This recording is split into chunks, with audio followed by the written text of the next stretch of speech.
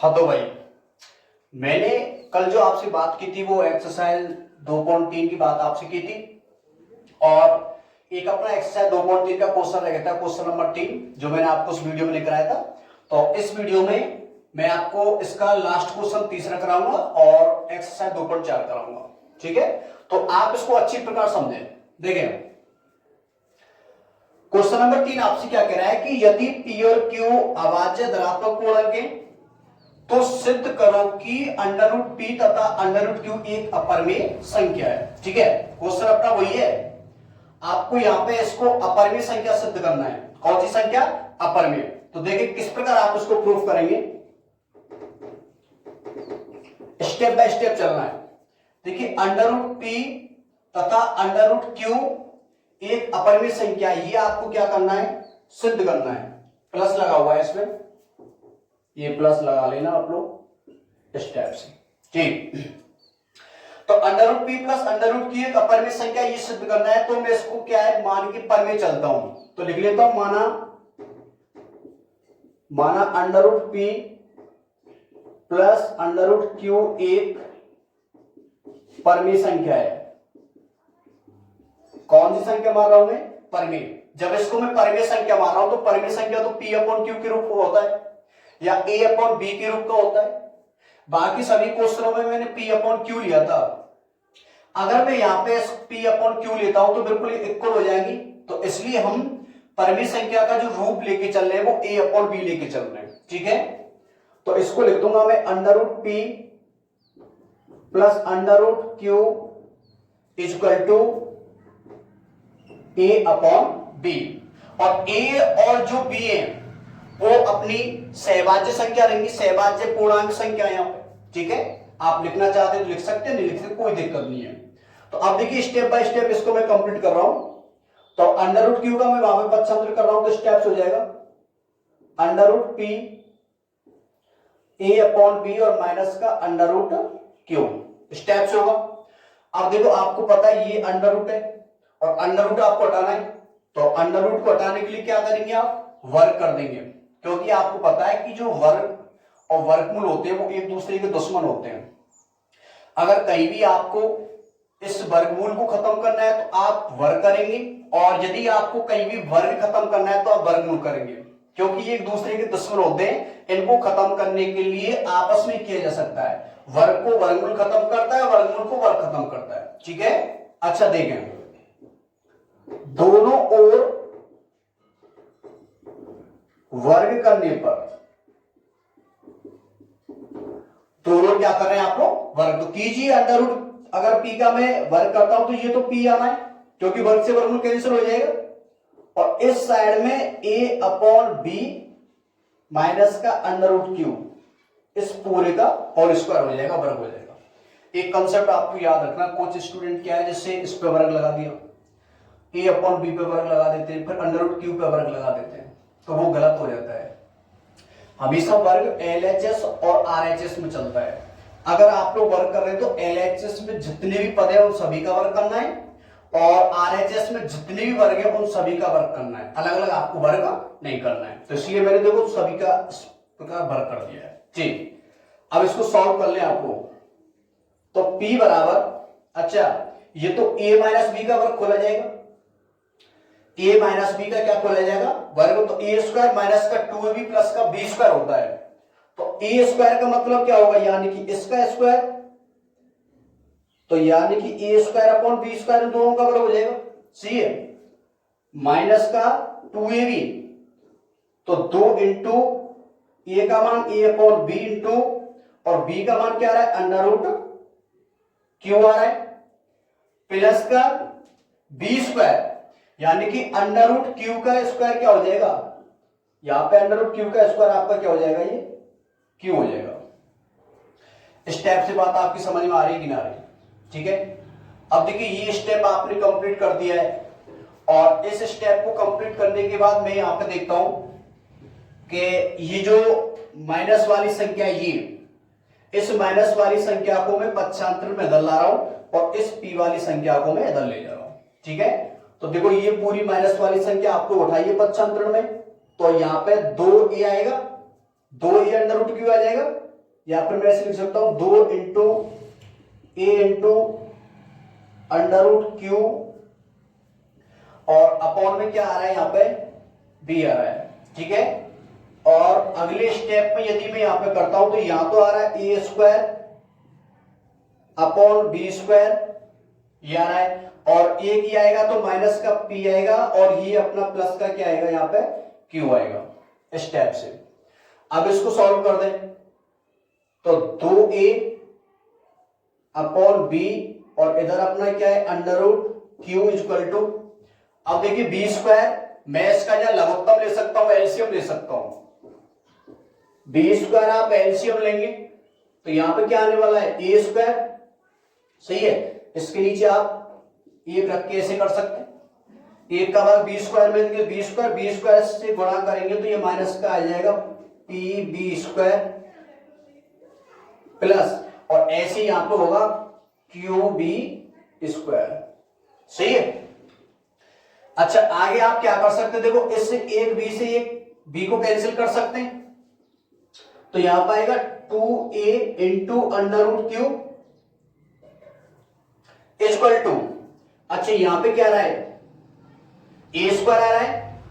अब देखिए यहां से कुछ कॉमन आ रहा है क्या, इन दोनों में से बी स्क्वायर कॉमन आ रहा है तो माइनस का बी स्क्वायर कॉमन ले लिया मैंने यहां पे, और जब मैं माइनस का बी स्क्वायर यहां पे कॉमन ले रहा हूं तो ये तो हो जाएगा पी और ये हो जाएगा माइनस का क्यू, सही है। और अपॉन में क्या चल रहा है बी चल रहा है इस टाइप से। अब उसके बाद देखें आप लोग अगले स्टेप के लिए यदि मैं काम करूं यहां पे तो आपको क्या है इस 2a को भेज देना है, तो यहां पे तो आएगा under root Q equal to यहां पर आ रहा है A square minus B square और कोष्टक में आ रहा है पी माइनस क्यू आ रहा है, और अपॉन में क्या आ रहा है देखो 2a यहां पे गुणा में 2a जो है वो किसमें गुणा में, तो फिर यहां पे किस में आएगा भाग में, तो ये हो जाएगा 2ab, क्या होगा 2ab। अब आपको यहां पे बताया कि a और जो b है a और b यहां पे सहभाज्य पूर्णांक संख्या है, सही है। और सहभाज्य पूर्णांक संख्या की बात करता हूं तो वो एक परिमेय संख्या कहलाती है, a तथा b जहां a यहां कर दें इसको, यहां a तथा b सह पूर्णांक संख्या है, अतः a square minus B square p minus q upon 2b एक परिमेय संख्या है। कौन सी संख्या है परिमेय संख्या। अच्छा अब ए जब परिमेय संख्या है और इसके बराबर में ये है तो इसके हिसाब से अंडर रूट क्यू भी एक परिमेय संख्या है, अतः अंडर रूट क्यू भी एक परिमेय संख्या है, और जो कि क्या है गलत है क्योंकि पी और क्यू यहां पे अभाज्य धनात्मक पूर्णांक है और अंडर रूट में अभाज्य धनात्मक पूर्णांक जो होता है वो एक अपरिमेय संख्या होता है, ये मैं आपको पहले भी बता चुका हूं। या अंडर रूट में कोई भी सहभाज्य संख्या होती है वो आपकी अपरिमेय होती है, तो ये कथन का क्या कर रहा है विरोध कर रहा है भाई, ये कंसेप्ट ये बता रहा है कि परिमेय होनी चाहिए जबकि आप लोग क्या जानते हैं ये अपरिमेय होती है, सही है। अतः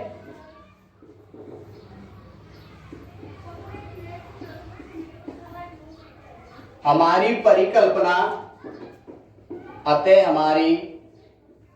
परिकल्पना गलत है, अतः under root P plus under root Q भी एक अपरिमेय संख्या है। कौन सी संख्या है अपरिमेय, ठीक है। तो इसी के साथ आपकी एक्सरसाइज यहां पे 2.3 कंप्लीट होती है और हम नेक्स्ट एक्सरसाइज लेने वाले एक्सरसाइज 2.4 जो आपकी अंतिम एक्सरसाइज होगी। तो यहां पे मैं एक्सरसाइज 2.4 आपके लिए कंप्लीट कर रहा हूं, तो देखिए आप लोग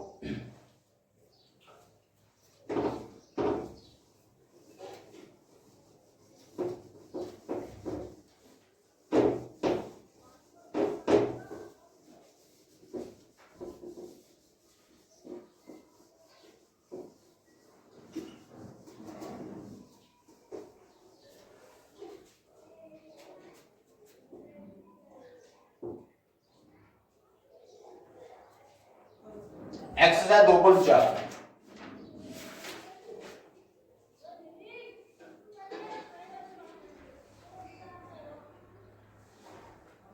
ठीक, तो हेडिंग डालेंगे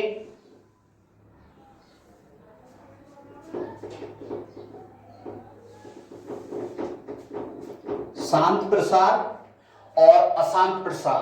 तो यहां पे शांत और अशांत दो के लिए आप काम करेंगे। तो मैं आपको समझा देता हूं कि कोई भी संख्या का या परिमेय संख्या का दशमलव प्रसार शांत कैसे होता है और उसका अशांत कैसे होता है। यदि किसी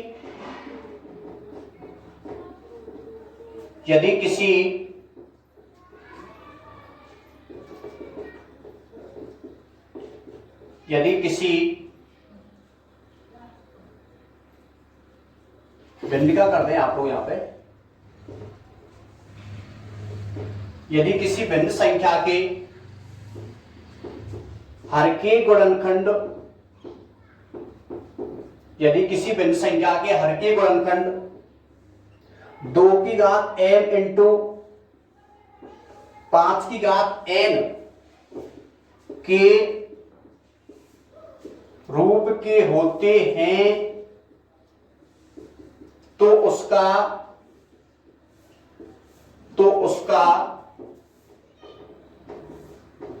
दशमलव प्रसार शांत होता है। तो उसका दशमलव प्रसार शांत होता है।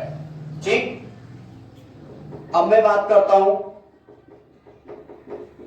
अशांत प्रसार। तो अशांत प्रसार में क्या होता है कि यदि कोई भिन्न संख्या है और उसके हर के गुणनखंड 2 की घात m इंटू 5 की घात n के अलावा अन्य किसी संख्या के रूप में होते हैं तो उसका जो प्रसार होता है वो क्या होता है, अशांत होता है। यदि किसी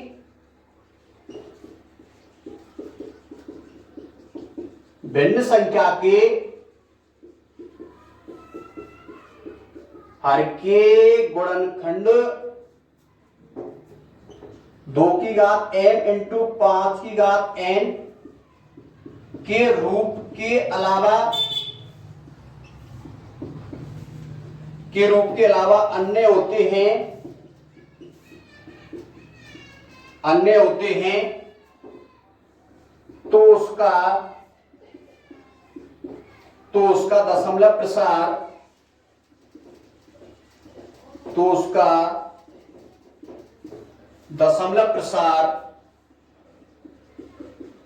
अशांत होता है। तो उसका दशमलव प्रसार अशांत होता है। ठीक है, अब देखिए आप लोग विद एग्जाम्पल समझे। जैसे विद एग्जाम्पल की मैं आपसे बात करता हूं कि मैंने आपको 2 टाइप बताए। पहला टाइप मैंने आपके लिए ये बताया है कि जो शांत है, शांत आवृत्ति है, जो क्या होती है, शांत का मतलब ये होता है कि आप कोई भी भिन्न संख्या लेके चल रहे हैं और जो उसका हर होता है, हर, तो हर के आपको अभाज्य गुणनखंड करने। अगर वे अभाज्य गुणनखंड 2 और 5 के रूप में हुए, समझ के बात है, या तो बाकी अभाज्य गुणनखंड 2 के रूप में होने चाहिए या फिर 5 के रूप में होने चाहिए या फिर इन दोनों के रूप में होने चाहिए, तो वो शांत कहलावा। वो क्या कहलाएगा, शांत। और वायदा भी, अगर आप मान लीजिए कि किसी भी भिन्न संख्या के हर के गुणनखंड 2 और 5 के अलावा अन्य कोई संख्या आ जाए, 3, 7, 11, एनीबडी, कोई भी वहां पे संख्या आ जाती है तो उसका जो दशमलव प्रसार होता है वो क्या कहलाता है, अशांत कहलाता है। आ रही बात समझ? कब आ रही है? अच्छा देखिए, मैं आपको फिर विद एग्जांपल बताता हूं, क्योंकि जब तक एक एग्जांपल नहीं समझ लेंगे ये आपकी बात समझ में नहीं आएगी कि शांत क्या होता है और अशांत क्या होता है। ठीक, सुने। अब मैं तुमके जैसे बात कर रहा हूं कि लाला 2/10 एक भिन्न संख्या है, तो यहां को हर यही तो है 10, तो 10 के गुणनखंड करो तुम, 10 के गुणनखंड है कि 2 इंटू 5। आगे बात समझ में?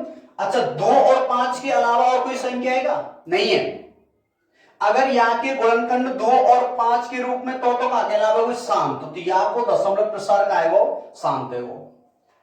अगर मैं तुमके एक दूसरे एग्जाम्पल की ओर बात करूं, यहां पे मैं आपसे कह देता हूं 3/5 सही है। तो अब देखो 5 के गुणनखंड करो, तो 5 को गुणनखंड तो केवल क्या होगा? 5 ही होगा। तो या को जो गुणनखंड आ रहा हो वो कितने का आ रहा है? 5 आ रहा है।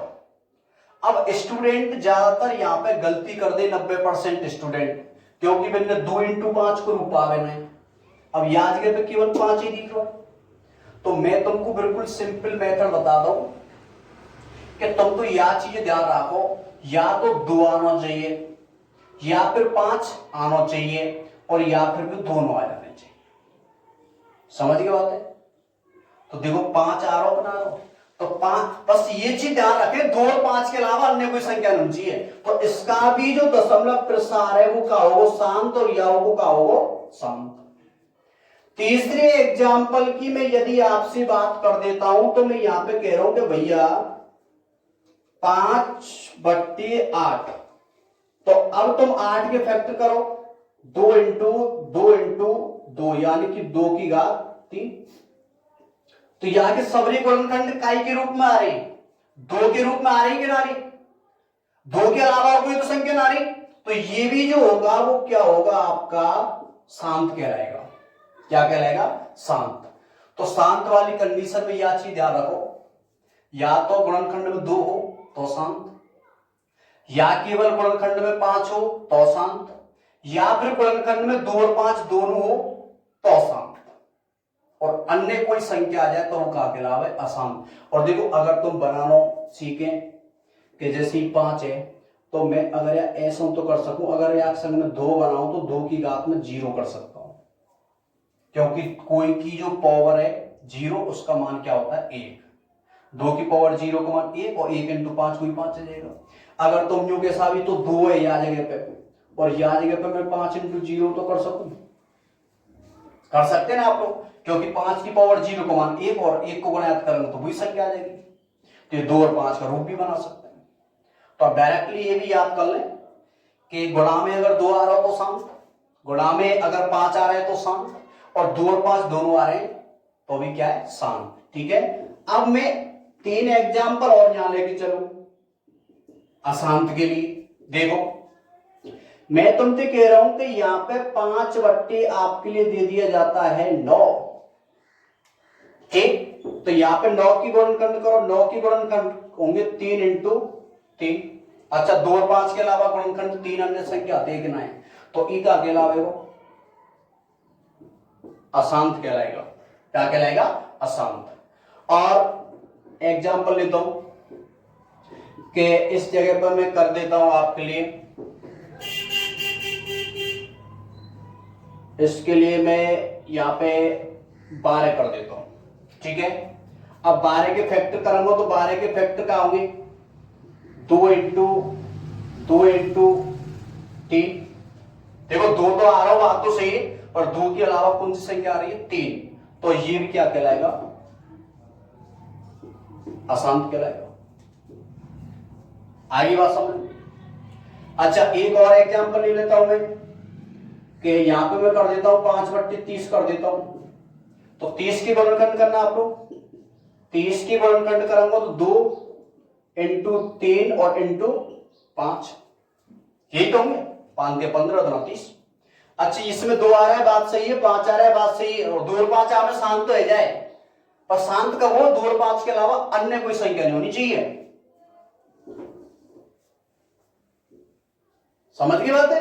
तो अन्य कौन सी संख्या आ रही है? 3। तो ये जो टाइप होगा वो कौन सा टाइप होगा तुम्हारा? अशांत होगा। अरे यहां तक बात समझ में आ रही है कि ना आ रही है आपकी? शांत और अशांत को मैं बता रहा हूं, और एक्सरसाइज अपनी जो 2.4 है ना, वो कंप्लीट 2.4 आपकी शांत और अशांत पर है, डिपेंड करती है। अगर शांत और अशांत तो आपके टॉपिक में समझ में आ जाएगा, तो फिर आपको कोई प्रकार की दिक्कत नहीं है। ठीक है, अब मैंने आपको देखिए 5-6 एग्जाम्पल आपको समझा दिया है। अब हम किताब के क्वेश्चनों पे बात कर लेते हैं कि किताब के क्वेश्चन क्या कह रहे हैं। जैसे देखो एक्सरसाइज 2.4 का जो पहला क्वेश्चन है वो कह रहा है लंबी विभाजन प्रक्रिया का उपयोग ना करते हुए बताइए कि परिमेय संख्याओं की दशमलव प्रशांत है या अशांत। तो 15/1600 ये हटा देता हूं मैं।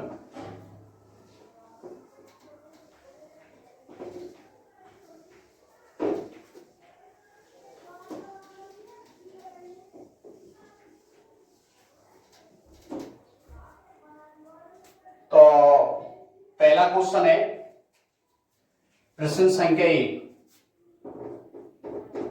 ठीक, और पहले का पहला दिया हुआ है।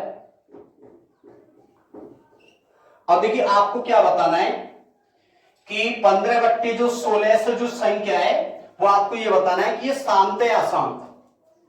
तो मैंने आपको बताया था आपको केवल 16 से के गुणनखंड करना है। हर वाली संख्या के गुणनखंड कीजिए। गुणनखंड आप साइड में कर सकते हैं, यहां पे रफ कार्य में कर लेना गुणनखंड ऐसे।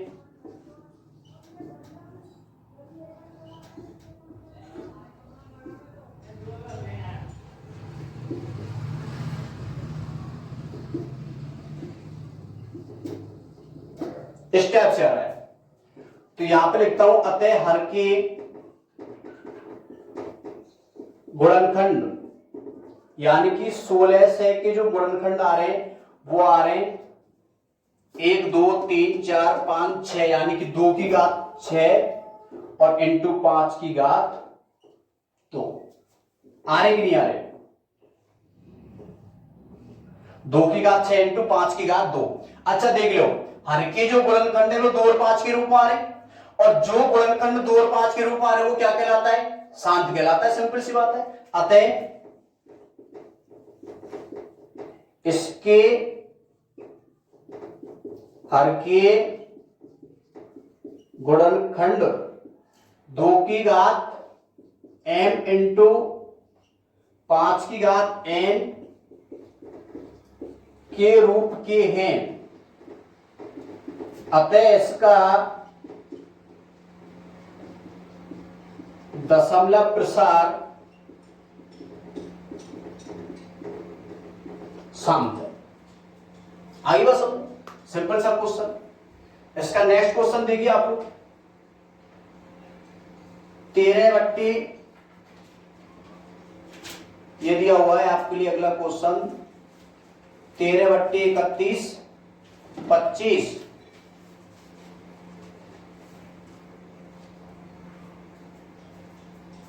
दूसरा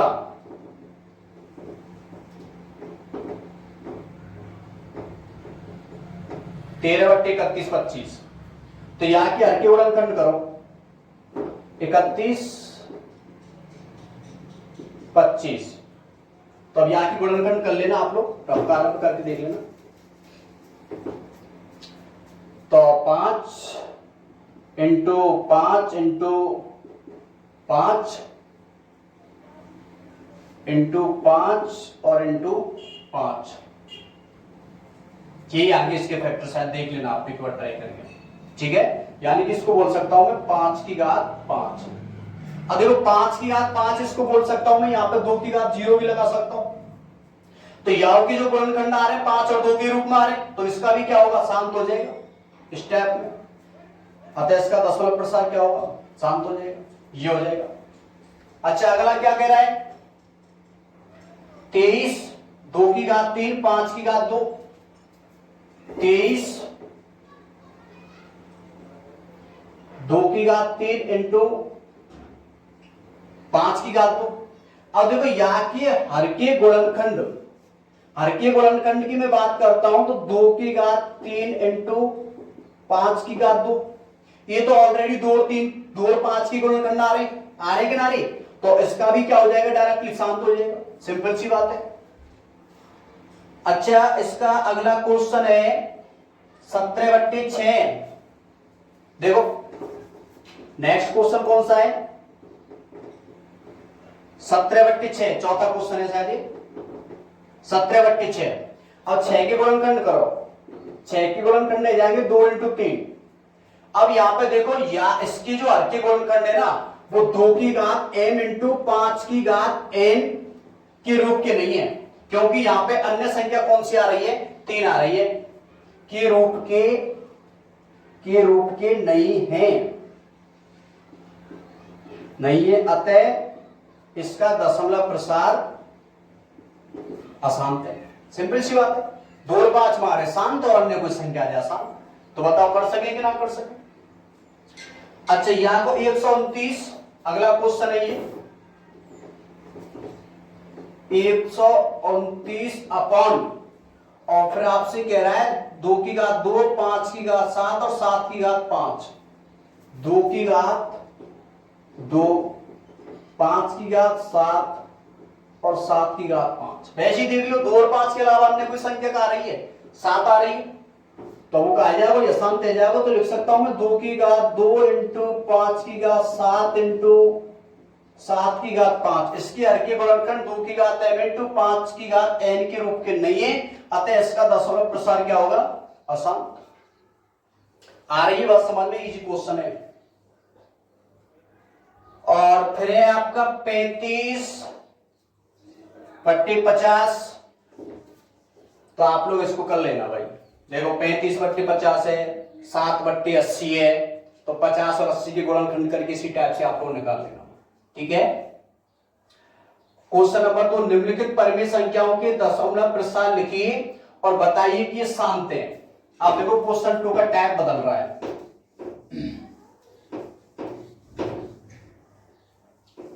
क्वेश्चन नंबर 2, क्वेश्चन नंबर 2 क्या कह रहा है कि निम्नलिखित परिमेय संख्याओं के दशमलव प्रसार लिखिए। निम्नलिखित परिमेय संख्याओं के दशमलव प्रसार लिखिए, बताइए कि ये शांत हैं। 13 बट्टे 125, देखें 13 इसका पहला,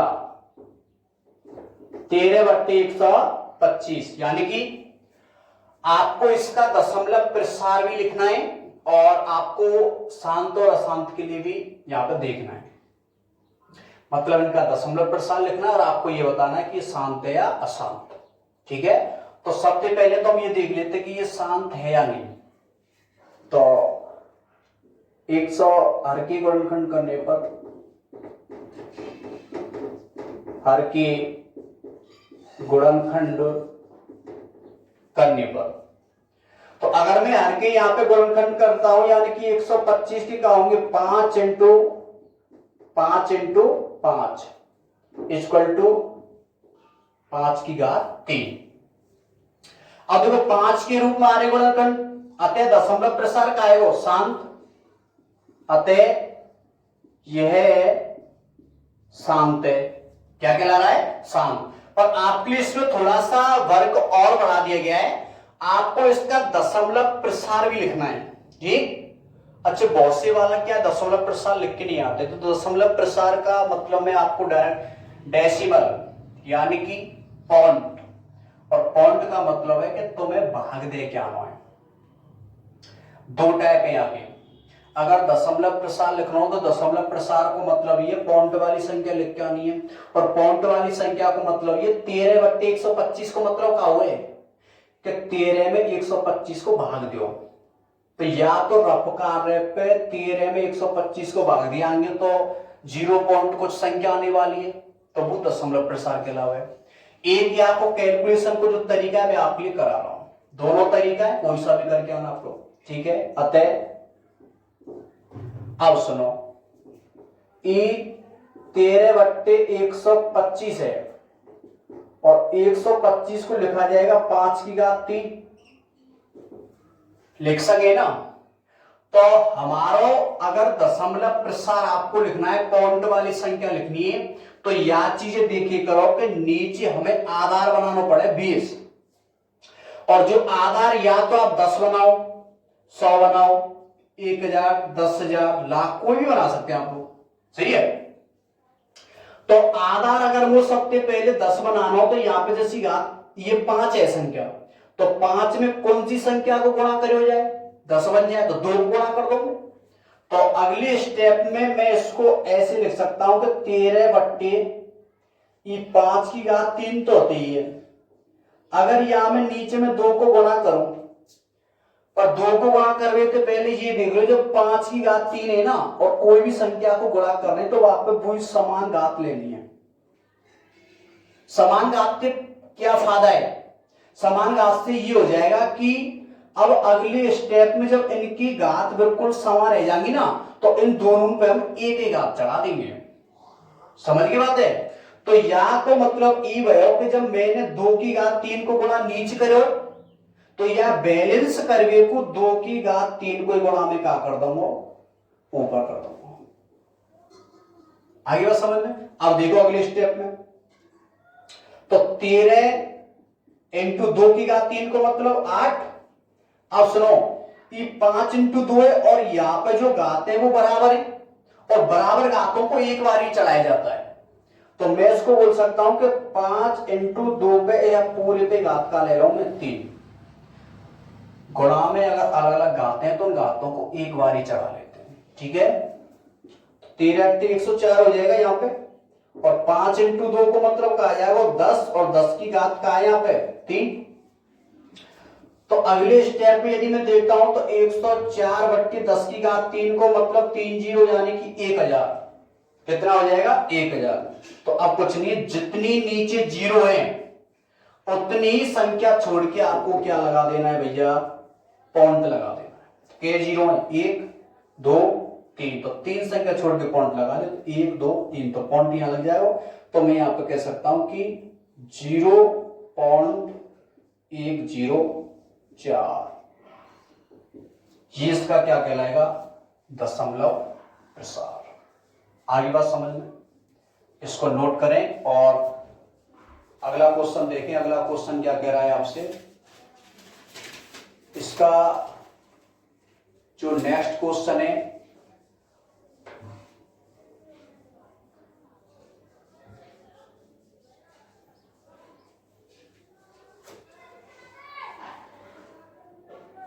देखिए, अगला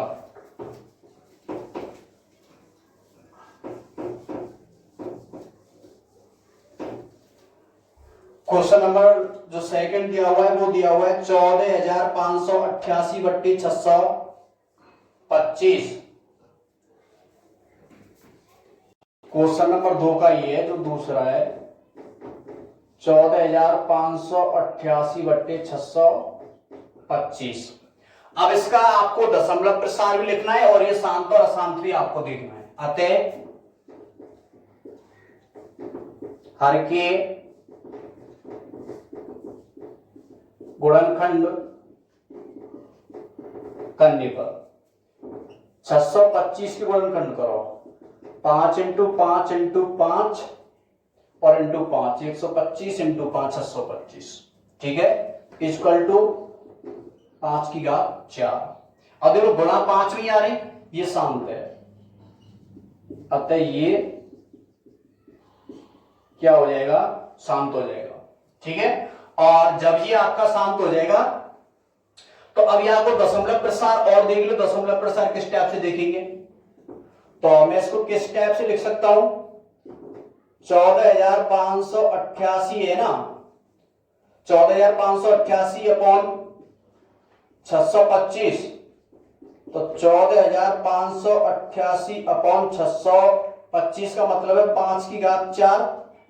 अब देखो वही गुणा करने का तरीका है जो मैंने आपको बताया था। जब यहां जगह पे 5 है तो 10 बनावे को 2 को गुणा करना है, और यहाँ पे घात 4 है तो 4 ही घात लेनी पड़ेगी, और 2 की घात 4 को गुणा नीचे किया है तो ऐसी 2 की घात 4 का गुणा आपको कहां पे करना पड़ेगा? ऊपर। ठीक है, अब देखो 14,588 इंटू और 2 की घात 4 का मतलब हो जाएगा 4 8 16, और यहां पे आप लिख सकते हैं 5 इंटू 2 की पावर 4 तो 14,588 को पहले तो आप मल्टीप्लाई करो इंटू 16 कर ले आप। मैं कैलकुलेटर से कर रहा हूं इसका 14,588 इंटू 16 इक्वल टू आ रहा है 23,34,08। ये आ रहा है यहां पे 23,34,08 गुणा कर लेना आप लोग, यही आ रहा है 2,33,400। ठीक है, और 5 इंटू 2 यानी कि 10, 10 की पावर 4, तो आप लिखेंगे 23,34,08 पावर 4 का मतलब 4 जीरो, इस टाइप से। अब देखिए जितनी जीरो उतनी संख्या छोड़ के पॉइंट लगाना, 4 जीरो 4 छोड़ दो, 1 2 3 4, तो इक्वल टू आएगा 23,34,08 और ये हो जाएगा आपका 0.4। ठीक है, अगर देखो ये विधि मेथड आपकी समझ में आ रहा है तो ठीक है। अगर वायदा भी आप इस मेथड को कहीं भी टेस्ट एग्जाम में भूल जाते हैं तो आपका 0.5 लिखने का डायरेक्ट तरीका है कि आप रफ कार्य पे जाएं और 625 का भाग डायरेक्ट 14,588 में दे दें, तो आपका रिजल्ट ये निकलने वाला है। ठीक है, तो आप लोग इस काम को रफ कार्य पे कर सकते हैं। अब देखें ऐसे इसका 49/500 इसका तीसरा क्वेश्चन है जो आपको होमवर्क के टाइप में करना है। बिल्कुल इजी क्वेश्चन है, कोई दिक्कत नहीं है। और मैं इसका क्वेश्चन नंबर 3 यानी कि लास्ट एंड फाइनल क्वेश्चन आपके लिए करा देता हूं भाई। और इसी क्वेश्चन के साथ हमारी जो एक्सरसाइज है वो एक्सरसाइज बिल्कुल कंप्लीट हो जाएगी। इसके जो एग्जाम्पल्स हैं एक ही एग्जाम्पल्स है जिसमें आपको शांत और अशांत देखना है। एग्जाम्पल्स में शांत और अशांत देखना है, एक में बिल्कुल इजी संख्याएं, उनमें आपको कोई दिक्कत ही नहीं आएगी। ठीक है, तो मैं आपको बता दूं क्वेश्चन नंबर 3 जो आपसे कह रहा है, नीचे दर्शाए दशमलव प्रसार के लिए निर्धारित कीजिए कि यह संख्या परमेय संख्या है या नहीं। मतलब आपको ये देखना है कि जो नीचे संख्या है वो परमेय है या नहीं, और यदि परमेय संख्या है तो अभाज्य गुणनखंड के बारे में टिप्पणी कीजिए। इस टाइप से क्वेश्चन दिया हुआ है क्वेश्चन नंबर 3। पहला क्वेश्चन है आपका 0.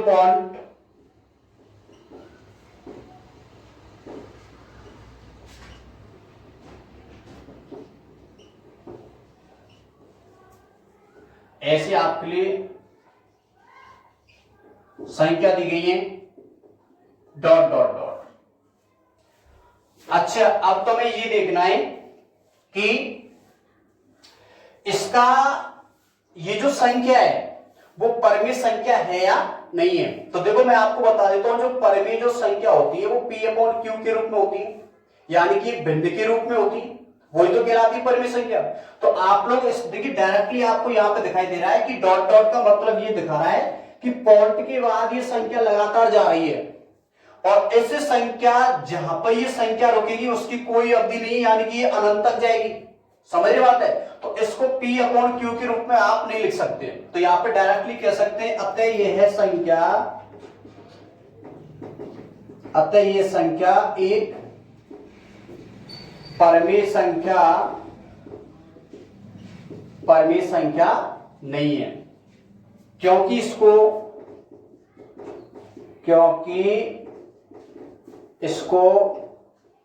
P/Q के रूप में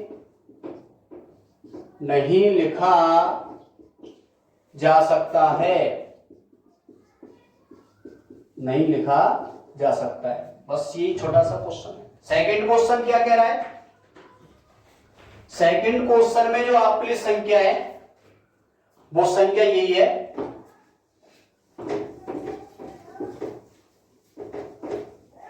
देखें तीसरे का दूसरा है क्वेश्चन नंबर 3 का दूसरा क्वेश्चन है 43.3 4 5 6 7 8 9। ठीक, देख ले भाई अच्छी प्रकार से। तो यहां पर ये संख्या दी गई है, अब इस संख्या को आपसे पूछा गया है कि ये संख्या परिमेय संख्या है या नहीं है, तो तुम यार P अपॉन Q के रूप में लिख सके कि ना लिख सके, हम आसानी से लिख सकते, क्योंकि मैं इसे यदि पॉइंट को हटाऊंगा तो नीचे आपकी जीरो बढ़ जाएगी। तो इसको मैं ऐसे लिख देता हूं, पॉइंट को हटा दिया मैंने, 1 2 3 4 5 6 7 8 9 अपॉन पॉइंट के बाद जितनी संख्या उतनी जीरो बढ़ानी पड़ेगी, 1 2 3 4 5 6 7 8 9। तो मैं यहां पे क्या लिख सकता हूं, यानी कि 10 की घात 9। तो देखो ये एक P अपॉन Q के रूप में आ रही है, नहीं आ रही है? यह एक परिमेय संख्या है, अतः इसकी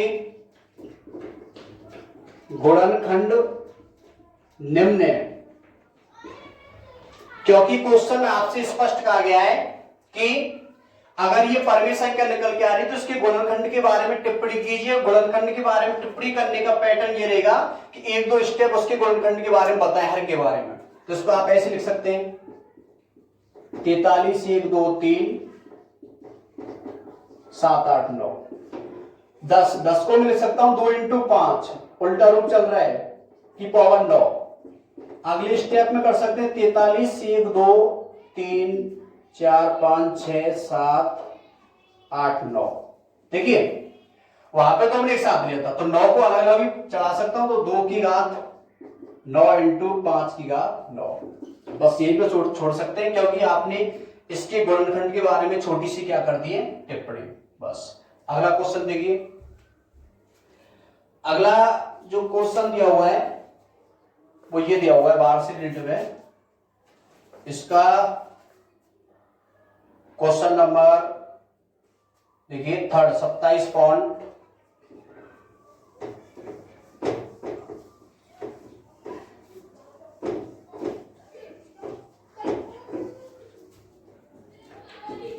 देखें 3rd है 27 पॉइंट 14 28 57, 14 28 57 और उस पर लगा हुआ है बार। अब आपको ये देखनी है कि ये परिमेय संख्या है या नहीं है, ठीक है? तो मैं आपको डायरेक्टली बता देता हूं कि जिन संख्याओं पे बार लगा होता है, जो बार वाली संख्या होती है वो सब संख्या क्या कहलाती है, परिमेय संख्या कहलाती है। और ये आपने 9th क्लास की मैथ में प्रूफ भी किया है, चैप्टर नंबर 2 में आप प्रूफ कर चुके हैं इसको, ठीक है? तो अतः यह एक बार वाली संख्या है, अतः एक बार वाली संख्या है जो कि एक परिमेय संख्या होती है, जो कि परिमेय संख्या होती है। अतः यह भी एक परिमेय संख्या है। बस आपको इतना ही इसके बारे में नोट करना है, ठीक है? तो बेटा देखिए, इसी के साथ आपकी एक्सरसाइज यहां पे 2.4 कंप्लीट हो गई है, और हम नेक्स्ट वीडियो में नेक्स्ट चैप्टर आपके लिए लेने वाले हैं। अगर आपको किसी भी प्रकार की कोई भी क्वेश्चन में आपको समस्या आ रही है तो आप हमसे डायरेक्ट कमेंट कीजिए या आप व्हाट्सएप नंबर पे मैसेज भेजिए, हम आपको सारी समस्याओं का समाधान करेंगे। पर आपसे स्पेशल रिक्वेस्ट हमारी यही है कि आप सबसे पहले, अगर आपने इस चैनल को सब्सक्राइब नहीं किया है तो सब्सक्राइब करें, और जितने भी 9th 10th 11th 12th class के जितने भी स्टूडेंट पढ़ने वाले हैं, और इस चैनल पर सारी सब्जेक्ट आपको धीरे धीरे मिलने लग जाएंगी, तो सभी स्टूडेंट को आप लोग गाइड करें कि इस चैनल को सब्सक्राइब कर लें और अपनी तैयारी अच्छी प्रकार से प्राप्त करें, ठीक है? आप लोग वीडियो जब देखते हैं तो वीडियो आपको कैसी लगती है उसके लिए आप लोग उस पर कमेंट जरूर करें, और हमें बताएं कि आप किस टाइप से पढ़ रहे हैं। कोई भी प्रॉब्लम है तो आप कमेंट में पूछ सकते हैं, ठीक है? तो चलिए अब हम नेक्स्ट वीडियो में आपसे नेक्स्ट चैप्टर की बात करें।